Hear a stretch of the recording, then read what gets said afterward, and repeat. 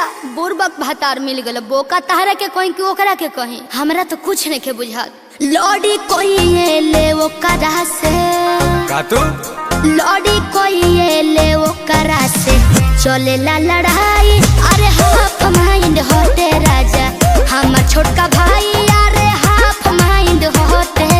अरे चुप रह। देखी रउआ बात ना मनम तो अपना माइक लगे फोन लगाओ स्पीकर ऑन कर।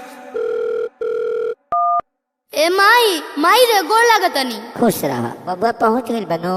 तोर बबुआ पहुँचले बा एजा के कुल इज्जत गोबर कर देहलस।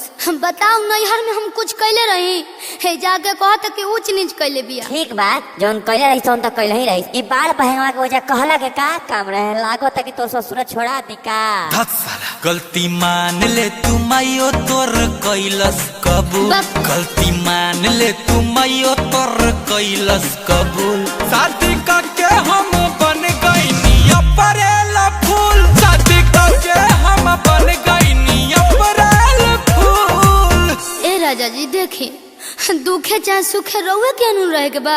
हाँ एगो गलती तो भगवानो माफ कैले बड़े आ रउआ तो इंसान होई जी जाना तनी और गुस्सा जायज बा माफ कर देना।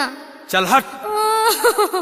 रहे जवानी ऊंच नीच ना बुझाइल मजा उहो लेलस मजा खूबे हमरो आइल जान बुझ के गलती ना कइले बहनी जी जान बुझ के गलती ना कइले बहनी जी।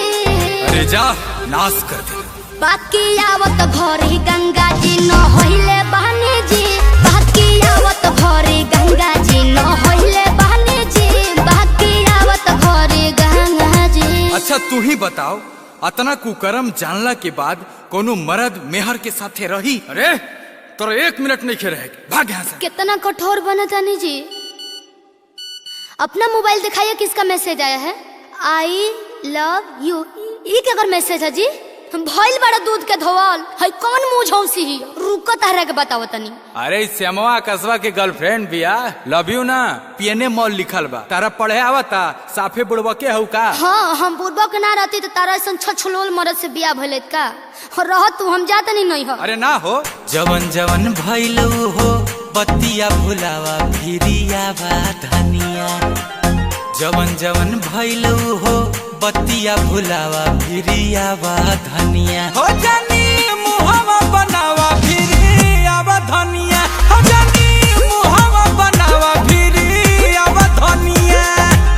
रहुआ सॉरी बोली राजा हम सॉरी बोलब सब बात बाखत ओके रहुआ सॉरी बोली राजा हम सॉरी बोलब सब बात बाखतम आज के बात नहीं केहू के देखेंगे हम नहीं रहुआ सटम नहीं हम सटम। बहुत अच्छा बात बोली जी जी।